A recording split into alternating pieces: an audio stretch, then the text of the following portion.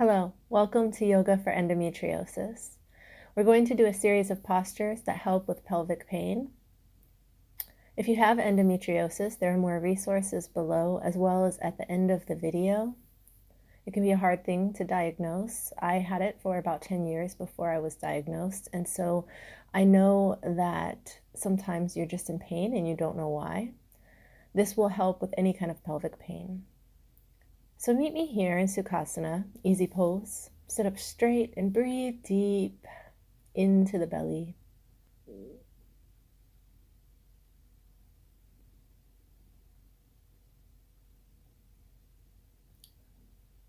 We'll begin to link breath and movement. So when you're ready, begin to churn your body, moving it forward on an inhale and backward on an exhale. So this motion can be as small or as large as you need it to be. The focus is really on the breath more than anything. And keep your sits bones rooted down into the ground. So you're really just moving your torso here. Go ahead and reverse the direction. We'll go both ways one more time. Just kind of get used to this motion. Feel the fluidity of it.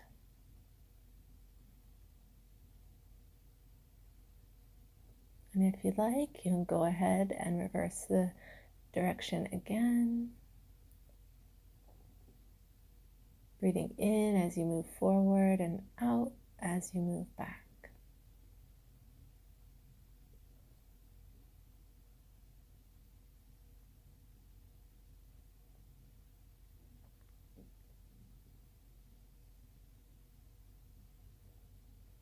Imagine your body is like water here. Feel free to reverse the direction again. Final time. This is getting blood flow to the area. And when you're ready, meet me back in Sukhasana. Breathe deep and just notice any shifts in the body.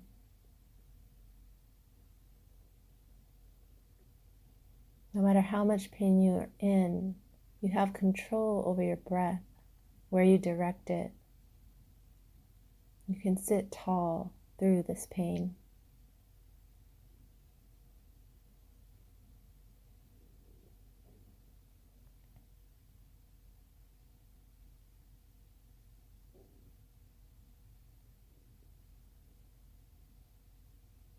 A few more breaths here, just really settling in. And then go ahead and meet me in a butterfly position. So rest your elbows on your knees and just kind of hang your head down. Don't worry about going super deep here. It's not about that today. We're really just trying to nurture our body, allow it to open naturally. So if your hands are on your feet and you're able to do this easily, that's fine, but don't overexert. Focus on breathing down the spine. Sometimes our lower back can get very tight because it's working extra hard to compensate for our stomach and our lower abdominals.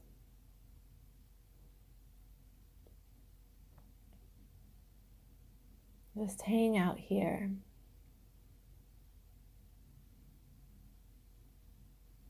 When you're ready, go ahead and curl up and you'll meet me in Pigeon. So your left foot comes back behind you, your right foot is tucked in, and don't worry about having it parallel with the knee the way sometimes Pigeon is taught. We're not trying for that overexertion today. What we're trying today to do is find equilibrium in the body and to really breathe into the hips. So once you find a Pigeon pose that feels good, begin to walk down if it feels okay to you. If you have a block, it might be nice to rest your forehead on a block here, or a book, or a pillow. And if your right hip doesn't quite reach the ground, you can also prop that up with a block or a pillow. We'll be hanging out here for a little while, so really just melt into it. We carry a lot of tension, both emotional and physical, in our hips, and this pose can be incredibly transformative if we give it the time it needs and don't rush through it. So really breathe in to the hip here. Allow it to release.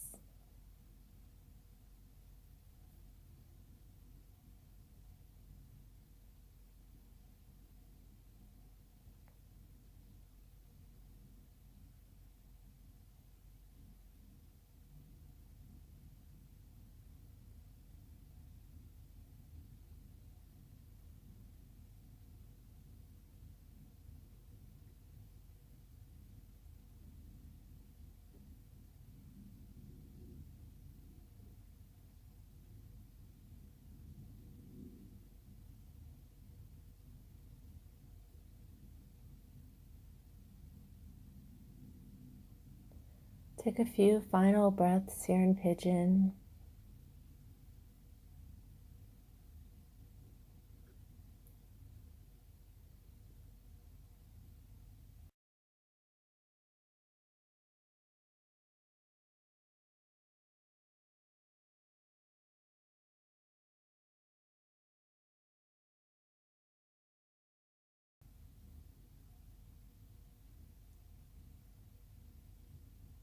And when you're ready, slowly begin to walk up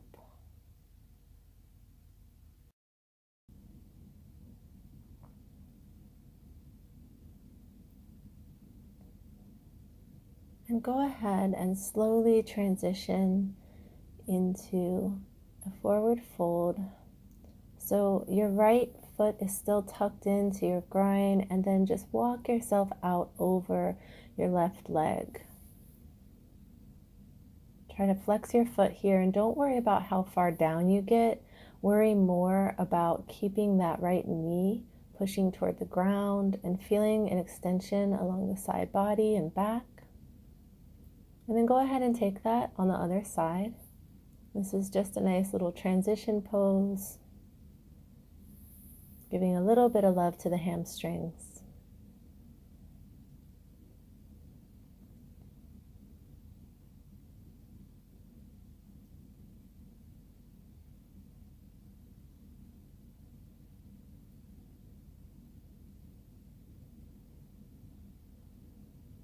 Go ahead and walk yourself up, and then we're going to find Pigeon on the other side. So slowly adjust your body so that now your left foot is tucked in and your right leg is extended out behind you. Find a tall spine here. Make sure that the posture is right. Adjust as needed, and then slowly walk yourself out. Find that book or block or pillow, and really push your forehead down into the surface beneath you. Allow your body to relax fully. Notice if this hip is a little tighter than the other hip. If you need to prop yourself up on one side and not the other, that's fine. The body is always adjusting and readjusting. So we want to give it as much love as we can.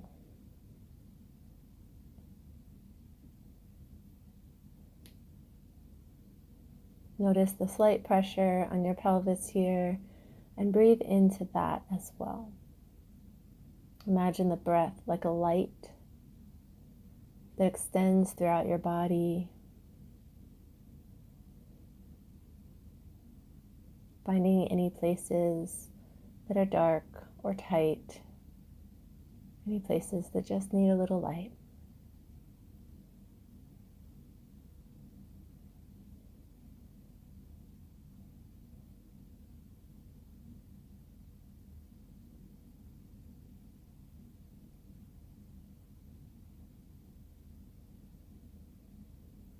So when you're ready, go ahead and walk yourself up here.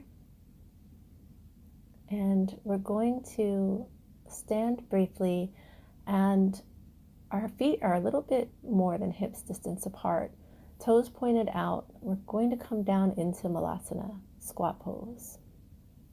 This is by far the most therapeutic pose for me when I'm in pain. Feel free to adjust here. You may not come all the way down. You may even have to lift up a little bit or lift your heels. Just adjust as needed. Listen to your body and focus on the opening that's happening in your hips. Focus on the bit of space that you're creating around the pelvis and breathe into the space.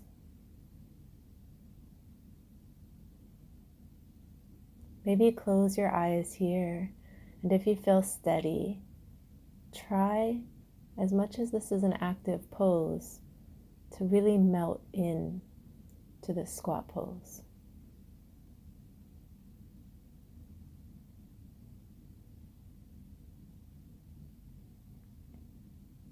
You can readjust at any time, and you can come out of any of these poses at any time too.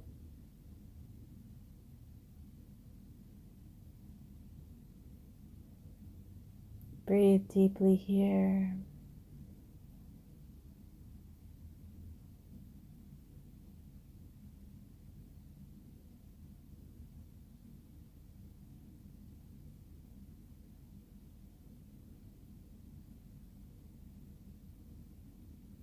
And then with your hands on the mat in front of you, find a forward fold. Maybe make your way to the top of your mat. Sway back and forth. Again, releasing the hamstrings a bit.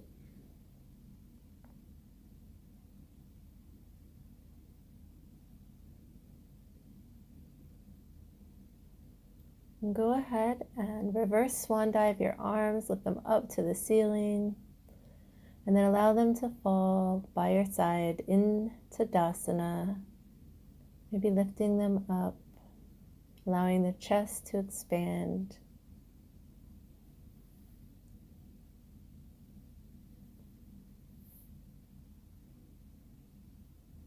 Stand tall, and then step back with your right foot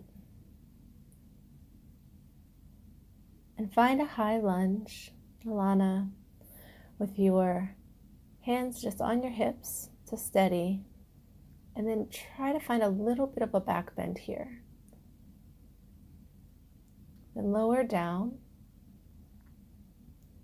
and do the same thing here in low lunge. You can lift your arms up or keep them on your hips, and then come back to all fours. We'll do a few cat-cows here.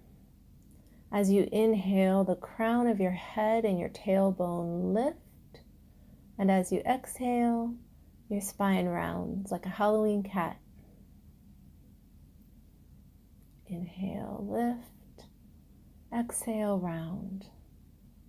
Do 3 more of these here at your own pace. Just really focus on the breath and movement linking together.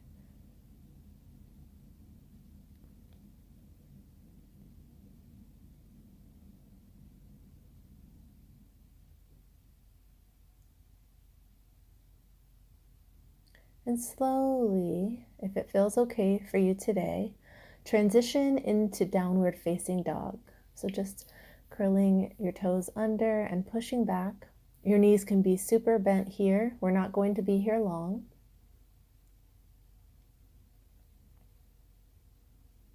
Inversions are something that are okay for this time of the month, so long as you don't overdo them. Breathe deeply here. And slowly walk yourself up to forward fold again. This time, step your left foot back. Hands on hips, high lunge. Maybe find a little back bend here, either lifting your arms or not.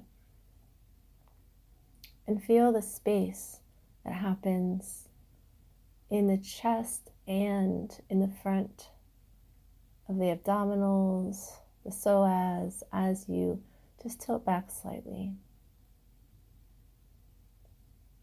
Do the same thing in low lunge, lowering the knee, finding a little back bend, however feels best to you.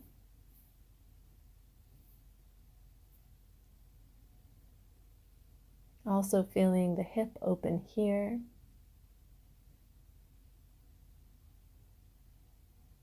And then frame the foot.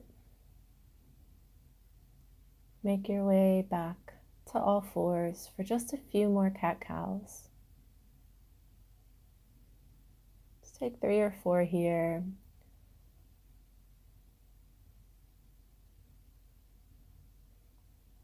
Focus on the movement, being mindful.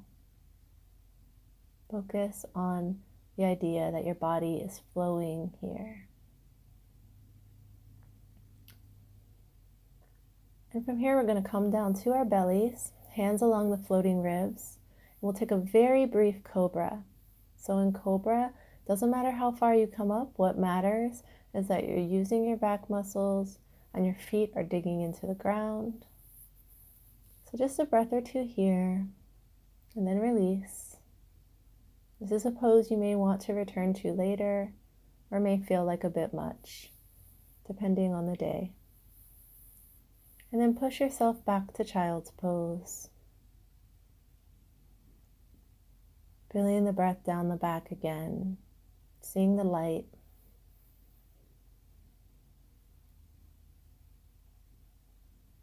When you're ready, curl up. And we're going to take a few back bends. So really listen to your body here. This is Camel Pose.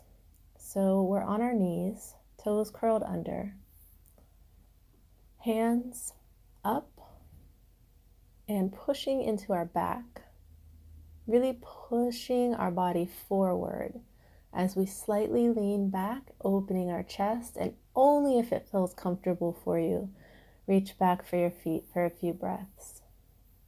And again, only if it feels comfortable for you, allow your head to dangle here behind you, feeling the neck open. Just a few breaths here, and then come out the way that you came, slowly sitting back on your heels.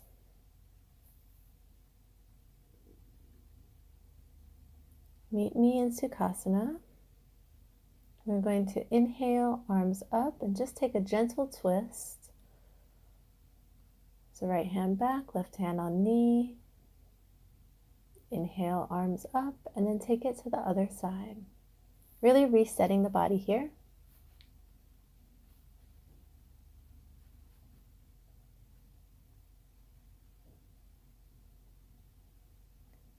Find a neutral spine, and then go ahead and curl down onto your back. We're going to take bridge pose here. So your heels in towards your seat. Lift yourself up and snuggle your shoulders under you, clasping your hands. Breathe deeply here. Feeling the opening again. And then release. This is another pose you may want to return to later. Go ahead and rock out a bit and find your way back up. So maybe curl over to one side and then slowly push yourself up to a seated position. Wonderful job. Really feel the extension in your spine and place your hands on your belly, gently. Feeling it rise as you breathe.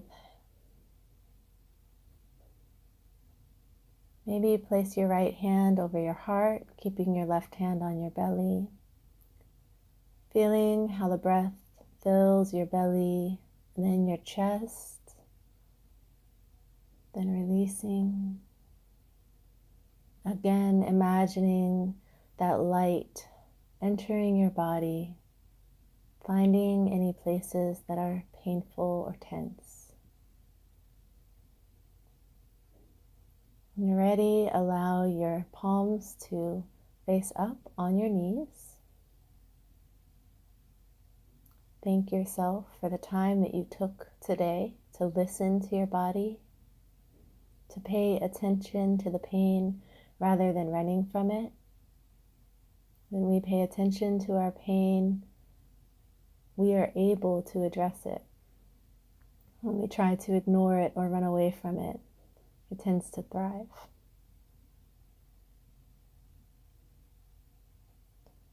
The light in me salutes and honors the light in you. I invite you from here to come back to Shavasana, or bound angle on your back. Whatever feels best for you here. And just release. Stay here as long as you need. I wish you well, and I hope that some of these poses and resources are able to help you. Namaste.